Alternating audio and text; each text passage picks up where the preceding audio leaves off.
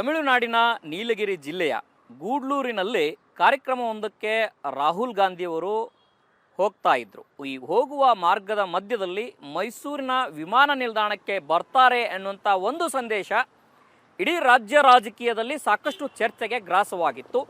ಸಂಕ್ರಾಂತಿ ಏನಿದೆ, ಆ ಸಂಕ್ರಾಂತಿಯ ಕ್ರಾಂತಿಯ ಒಂದು ಸ್ಪಷ್ಟ ಮುನ್ನುಡಿ ಈ ಒಂದು ಭೇಟಿಯಲ್ಲಿ ಸಿಕ್ಬಿಡುತ್ತೆ ಅನ್ನುವಂಥ ಚರ್ಚೆಗಳು ಜೋರಾಗಿ ನಡೀತಾ ಇತ್ತು. ರಾಜಕಾರಣದಲ್ಲಿ ಯಾವಾಗ ಏನಾಗುತ್ತೆ ಅಂತ ಸ್ಪಷ್ಟವಾಗಿ ಹೇಳಕ್ಕೆ ಆಗದೇ ಇದ್ರೂ ಕೂಡ ರಾಹುಲ್ ಗಾಂಧಿಯವರ ಭೇಟಿಯ ನಂತರದಲ್ಲಿ CM ಸಿದ್ದರಾಮಯ್ಯನವರು ಮಾತನಾಡಿರುವಂತಹ ಮಾತು ಸಾಕಷ್ಟು ಚರ್ಚೆಗೆ ಗ್ರಾಸ ಆಗಿದೆ. ಅದಕ್ಕೂ ಮುನ್ನ ಇಡೀ ಕಾಂಗ್ರೆಸ್ನಲ್ಲಿ ಯಾವ ರೀತಿಯ ವಾತಾವರಣ ಇತ್ತು, ಕಳೆದ 2-3 ದಿನಗಳಿಂದನೂ ಕೂಡ ರಾಹುಲ್ ಗಾಂಧಿಯವರು ಮೈಸೂರಿಗೆ ಬಂದಂತಹ ಸಂದರ್ಭದಲ್ಲಿ ಒಂದು ಸಂದೇಶ ಸಿಗಬಹುದು, ಚರ್ಚೆಗಳಾಗಬಹುದು ಅನ್ನೋಂಥ ನಿರೀಕ್ಷೆ ಸಾಕಷ್ಟಾಗಿತ್ತು. ಅದರಲ್ಲೂ ಕೂಡ DCM DK ಶಿವಕುಮಾರ್ ಅವರ ಬಣದಲ್ಲಿ ಗುರುತಿಸಿಕೊಂಡಿರುವಂಥ ಶಾಸಕರು ಎಲ್ಲರೂ ಕೂಡ 16ರ ನಂತರದಲ್ಲಿ ನಾನು ಮಾತನಾಡ್ತೇನೆ ಅನ್ನುವಂಥ ಮಾತುಗಳನ್ನು ಹೇಳಿದರು. ಅಂದರೆ 16ರ ನಂತರದಲ್ಲಿ ಒಂದಷ್ಟು ಕ್ರಾಂತಿ ಆಗ್ಬಿಡ್ಬೋದು ಅನ್ನುವಂಥ ನಿರೀಕ್ಷೆ ಇತ್ತು. ಮತ್ತು DK ಶಿವಕುಮಾರ್ ಅವರು CM ಆಗಿಬಿಡ್ತಾರೆ ಅನ್ನುವಂಥ ಚರ್ಚೆಗಳು ಕೂಡ ಜೋರಾಗಿ ನಡೀತಾ ಇತ್ತು. ಅದಕ್ಕೆ ಪೂರಕವಾಗಿ ಬೆಂಗಳೂರಿನಿಂದ CM ಸಿದ್ದರಾಮಯ್ಯನವರು, DCM DK ಶಿವಕುಮಾರ್ ಅವರು ಇಬ್ಬರೂ ಕೂಡ ರಾಹುಲ್ ಗಾಂಧಿಯವರನ್ನ ಭೇಟಿ ಮಾಡಿದ್ರು, ಸ್ವಾಗತ ಮಾಡಿದ ನಂತರದಲ್ಲಿ CM ಸಿದ್ದರಾಮಯ್ಯನವರು ಕೊಟ್ಟಂಥ ಸಂದೇಶ, ಆ ಸಂದೇಶ ಏನು, ಯಾರಿಗೆ ಈ ಸಂದೇಶ ಕೊಟ್ಟರು ಅನ್ನುವಂಥ ಚರ್ಚೆ ಇನ್ನೂ ಕೂಡ ಕಾಂಗ್ರೆಸ್ ಪಕ್ಷದಲ್ಲಿ ಜೋರಾಗಿ ನಡೀತಾ ಇದೆ, ಸದ್ದು ಮಾಡ್ತಾ ಇದೆ. ಅದೇನಂತಂದು ಹೇಳಿದ್ರೆ, DK ಶಿವಕುಮಾರ್ ಅವರು ಇಲ್ಲ ಮಾತುಕತೆಗೆ ರಾಹುಲ್ ಗಾಂಧಿಯವರು ವಿದೇಶಿ ಪ್ರವಾಸದಿಂದ ವಾಪಸ್ ಬಂದ ನಂತರದಲ್ಲಿ ರಾಹುಲ್ ಗಾಂಧಿಯವರು ಇಬ್ಬರನ್ನೂ ಕೂಡ ಸಿದ್ದರಾಮಯ್ಯನವ್ರನ್ನ DK ಶಿವಕುಮಾರ್ ಅವ್ರನ್ನ ಕರೆಸಿ ಒಂದು ಹಂತದ ಮಾತುಕತೆಯನ್ನು ಮಾಡ್ತಾರೆ. ಮಾತುಕತೆಯನ್ನು ಮಾಡೋದ್ರ ಮೂಲಕ ಕರ್ನಾಟಕ ಕಾಂಗ್ರೆಸ್ ಸರ್ಕಾರದಲ್ಲಿ ಮೂಡಿರುವಂತಹ ಈ ಗೊಂದಲಗಳಿಗೆ ಒಂದು ಸ್ಪಷ್ಟವಾದಂಥ ನಿರ್ದೇಶನ ಕೊಡ್ತಾರೆ, ಸ್ಪಷ್ಟವಾದಂಥ ಚಿತ್ರಣ ಕೊಡ್ತಾರೆ ಅನ್ನೋಂಥ ಚರ್ಚೆಗಳು ಕಾಂಗ್ರೆಸ್ ಪಡಸಾಲೆಯಲ್ಲಿ ಜೋರಾಗಿ ಇತ್ತು. ಹಾಗಾಗಿನೇ ರಾಹುಲ್ ಗಾಂಧಿಯವರ ಮೈಸೂರಿಗೆ ಬರುವಂತಹ ಭೇಟಿ, ಅಲ್ಲಿ ಸ್ವಾಗತ ಮಾಡುವಂಥದ್ದು, ಅಲ್ಲಿ ಭೇಟಿ ಆಗುವಂಥದ್ದು ಸಾಕಷ್ಟು ಮಹತ್ವವನ್ನು ಪಡೆದುಕೊಳ್ತು. ಇದರ ನಡುವೆ ಕಾಂಗ್ರೆಸ್ ಪಾರ್ಟಿಯಲ್ಲಿ ಈಗ ನಡೀತಾ ಇರುವಂಥ ಚರ್ಚೆ ಏನಂತಂದು ಹೇಳಿದ್ರೆ, ಪಂಚರಾಜ್ಯಗಳ ಚುನಾವಣೆ ಇದೆ. ಅದರಲ್ಲೂ ಕೂಡ ಕೇರಳ ಮತ್ತು ತಮಿಳುನಾಡು ಸೇರಿದಂತೆ ಬೇರೆ 5 ರಾಜ್ಯಗಳಲ್ಲಿ ಕಾಂಗ್ರೆಸ್ ಗೆಲ್ಲಲೇಬೇಕಾದಂತಹ ಅನಿವಾರ್ಯತೆ ಇದೆ. ಆ ಗೆಲುವಿಗೆ ಪೂರಕವಾದಂಥ ಒಂದಷ್ಟು ತಯಾರಿಗಳನ್ನು ಕೂಡ ಮಾಡ್ಕೊಳ್ತಾ ಇರುವಂಥ ಹಿನ್ನೆಲೆಯಲ್ಲಿ ಈಗ ಕರ್ನಾಟಕದ ವಿಚಾರಕ್ಕೆ ಕೈ ಹಾಕೋದಿಲ್ಲ ಅನ್ನುವಂಥ ಒಂದಷ್ಟು ಚರ್ಚೆಗಳು ಇನ್ನೂ ಕೂಡ ಪಡಸಾಲೆಯಲ್ಲಿ ನಡೀತಾ ಇದೆ. ಕಾರಣ ಏನಂತಂದು ಹೇಳಿದ್ರೆ, ಇಡೀ ದೇಶದಲ್ಲಿ ಹಿಂದುಳಿದ ವರ್ಗಗಳ ಮುಖ್ಯಮಂತ್ರಿ ಅಂತಂದು ಹೇಳಿದ್ರೆ ಅದು ಸಿದ್ದರಾಮಯ್ಯನವರು ಕಾಂಗ್ರೆಸ್ನಲ್ಲಿ. ಆ ಕಾರಣಕ್ಕಾಗಿ ಅವರನ್ನು ಬದಲಾವಣೆ ಮಾಡಿದ್ರೆ ಅದರ ಪ್ರಭಾವ ಪಕ್ಕದ ರಾಜ್ಯ ಕೇರಳ ಮತ್ತು ತಮಿಳುನಾಡಿಗೂ ಕೂಡ ಪ್ರಭಾವ ಬೀರುತ್ತೆ. ಮತ್ತೊಂದು ಕಡೆಗೆ ಇದು ವಿರೋಧ ಪಕ್ಷಗಳಿಗೂ ಕೂಡ ಒಂದು ಆಹಾರ ಆಗತ್ತೆ. ಹಾಗಾಗಿ ಈ ರೀತಿಯ ಗೊಂದಲಗಳನ್ನು ಮಾಡಿಕೊಳ್ಳುವಂಥದ್ದು ಬೇಡ. ಪಂಚರಾಜ್ಯಗಳ ಚುನಾವಣೆ ಜೊತೆಗೆ ಸ್ಥಳೀಯ ಚುನಾವಣೆಗಳು, GBA ಎಲೆಕ್ಷನ್, ಈ ಎಲ್ಲ ಬೆಳವಣಿಗೆಗಳ ನಡುವೆ ಬಜೆಟ್ ಮಂಡನೆಗೆ ಪೂರ್ವ ತಯಾರಿಗಳನ್ನೆಲ್ಲವೂ ಕೂಡ ಮಾಡ್ಕೊಳ್ತಾ ಇದ್ದಾರೆ. ಅದರದ ಒಂದು ಸಣ್ಣ ಸುಳಿವನ್ನು ಇವತ್ತು CM ಸಿದ್ದರಾಮಯ್ಯನವರು ಕೊಟ್ಟಿರುವಂಥದ್ದು.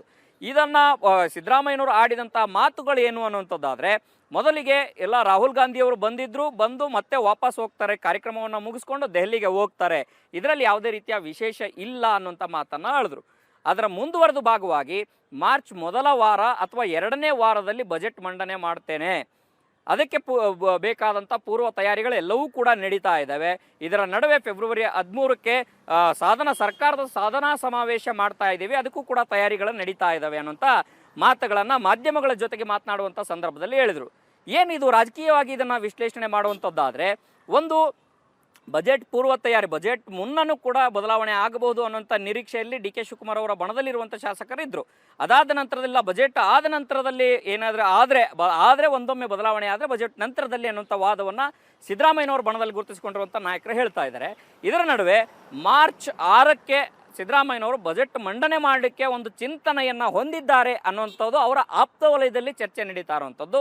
ಅದಕ್ಕೆ ಜನವರಿ 27ರಿಂದ ನಿರಂತರವಾಗಿ ಅಧಿಕೃತವಾಗಿ ಬಜೆಟ್ ಪೂರ್ವಭಾವಿ ಸಭೆಗಳನ್ನು ನಡೆಸಲಿಕ್ಕೆ ಎಲ್ಲ ರೀತಿಯ ಸಿದ್ಧತೆಗಳನ್ನು ಸಿದ್ದರಾಮಯ್ಯನವರು ಮಾಡ್ಕೊಂಡಿದ್ದಾರೆ. ಅಂದರೆ ಇಲಾಖಾವಾರು ಬೇಡಿಕೆಗಳೇನಿದೆ, ಅದಕ್ಕೆ ಆರ್ಥಿಕವಾಗಿ ಯಾವ ರೀತಿ ಹೊಂದಿಸಬೇಕು, ಹಣದ ಲೆಕ್ಕಾಚಾರ, ಈಗ ಸದ್ಯದ ಆರ್ಥಿಕ ಸ್ಥಿತಿಗತಿ ಏನು, ಅದೆಲ್ಲವನ್ನೂ ಕೂಡ ಆ ಸಭೆಗಳ ಮೂಲಕ ಒಂದಷ್ಟು ಇತ್ಯರ್ಥಕ್ಕೆ ಬರ್ತಾರೆ. ಆ ಒಂದು ಫೈನಲೈಸ್ ಮಾಡಿ ಬಜೆಟ್ ಮಂಡನೆಯನ್ನು ಮಾಡ್ತಾರೆ. ಇದು ಬಜೆಟ್ ತಯಾರಿಗಳು ಮಾಡ್ತಾ ಇರುವಂಥದ್ದು ಜನವರಿ 27ರಿಂದ ನಿರಂತರವಾಗಿ ನಡೀತಾ ಇರುವಂಥದ್ದು. ಮತ್ತೊಂದು ಕಡೆಗೆ ಪಂಚರಾಜ್ಯಗಳ ಚುನಾವಣೆಯ ಹಿನ್ನೆಲೆಯಲ್ಲಿ ಹೈಕಮಾಂಡ್ ಕೂಡ ಸಾಕಷ್ಟು ಎಚ್ಚರಿಕೆಯ ಹೆಜ್ಜೆಯನ್ನು ಇಡ್ತಾ ಇರುವಂಥ ಹಿನ್ನೆಲೆಯಲ್ಲಿ ಸದ್ಯದ ಮಟ್ಟಿಗೆ ಅಂದರೆ ಬಜೆಟ್ ಮಂಡನೆ ಆಗೋವರೆಗೂ ಮತ್ತು ಪಂಚರಾಜ್ಯಗಳ ಚುನಾವಣೆ ಆಗೋವರೆಗೂ ಕೂಡ ನಾಯಕತ್ವ ಬದಲಾವಣೆ ಆಗೋದಿಲ್ವಾ ಅನ್ನೋಂಥ ಒಂದಷ್ಟು ಸಂದೇಶವನ್ನು ಸ್ವತಃ CM ಸಿದ್ದರಾಮಯ್ಯನವರೇ ಕೊಟ್ಟಿದ್ದಾರೆ. ಯಾಕೆಂತಂದು ಹೇಳಿದ್ರೆ ರಾಹುಲ್ ಗಾಂಧಿಯವರ ಭೇಟಿಯ ನಂತರದಲ್ಲಿ ಅವರು ಆಡಿರುವಂಥ ಮಾತುಗಳು ಅನ್ನುವಂಥ ಕಾರಣಕ್ಕಾಗಿ ಇಷ್ಟು ಮಹತ್ವವನ್ನು ಪಡೆದುಕೊಂಡಿದೆ.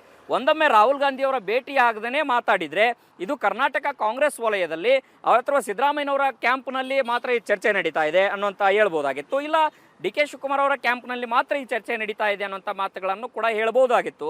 ಆದರೆ ರಾಹುಲ್ ಗಾಂಧಿಯವರು ಭೇಟಿಯಾಗಿ ಅದು 5 ನಿಮಿಷ ಮಾತಾಡಿದ್ರು, 2 ನಿಮಿಷ ಮಾತಾಡಿದ್ರು ಅಥವಾ 10 ನಿಮಿಷ ಮಾತಾಡಿದ್ರು, ಆ ಭೇಟಿಯ ಬಳಿಕ ಮಾಧ್ಯಮಗಳ ಜೊತೆಗೆ ಮಾತನಾಡುವಂಥ ಸಂದರ್ಭದಲ್ಲಿ ಬಜೆಟ್ ಮಂಡನೆ ಮಾಡ್ತೇನೆ, ಅದಕ್ಕೆ ಪೂರಕವಾದಂಥ ತಯಾರಿಗಳು ನಡೀತಾ ಇದ್ದೇವೆ ಅನ್ನೋಂಥ ಮಾತುಗಳು ಇದು ಎಲ್ಲ ಒಂದು ಕಡೆಗೆ ನೇರವಾಗಿ ಸ್ಪಷ್ಟವಾಗಿ ನಾಯಕತ್ವ ಬದಲಾವಣೆ ಇಲ್ಲ, ಒಂದೊಮ್ಮೆ ಏನಾದರೂ ಆದರೆ ಅದು ಹೈಕಮಾಂಡ್ ತೀರ್ಮಾನ ಮಾಡಲಿ ಅಂತ ಸಿದ್ದರಾಮಯ್ಯನವರು ಪದೇ ಪದೇ ಹೇಳ್ತಾ ಇದ್ರೂ ಕೂಡ ಇವತ್ತು ಮಾತನಾಡುವಂಥ ಸಂದರ್ಭದಲ್ಲಿ ಬಜೆಟ್ ಮಂಡನೆಯ ಮುಗಿಯವರೆಗೂ ಕೂಡ ನಾಯಕತ್ವ ಬದಲಾವಣೆ ಇಲ್ಲ ಅನ್ನುವಂಥ ಸಂದೇಶವನ್ನು ಭಾಳ ಸ್ಪಷ್ಟವಾಗಿ ಕೊಟ್ಟಂತೆ ಕಾಣಿಸ್ತಾ ಇರುವಂಥದ್ದು. ಮತ್ತೊಂದು ಕಡೆಗೆ DK ಶಿವಕುಮಾರ್ ಅವರು ಕೂಡ AICC ಅಧ್ಯಕ್ಷರ ಜೊತೆಗೆ ಕಳೆದ ಒಂದು ದಿನದ ಹಿಂದೆ ಸಾಕಷ್ಟು ಚರ್ಚೆಗಳು ಸುದೀರ್ಘವಾಗಿ ಒಂದು ಗಂಟೆ ಚರ್ಚೆಯನ್ನು ನಡೆಸಿದ್ದಾರೆ. ರಾಹುಲ್ ಗಾಂಧಿಯವರ ಭೇಟಿಗೆ, ಸೋನಿಯಾ ಗಾಂಧಿಯವರ ಭೇಟಿಗೂ ಕೂಡ ಸಮಯವನ್ನು ಕೇಳ್ತಾರೆ. ಅಂದರೆ ಅವರ ಪ್ರಯತ್ನವನ್ನು ಅವರು ನಿರಂತರವಾಗಿ ಮಾಡ್ತಾ ಇದ್ದಾರೆ.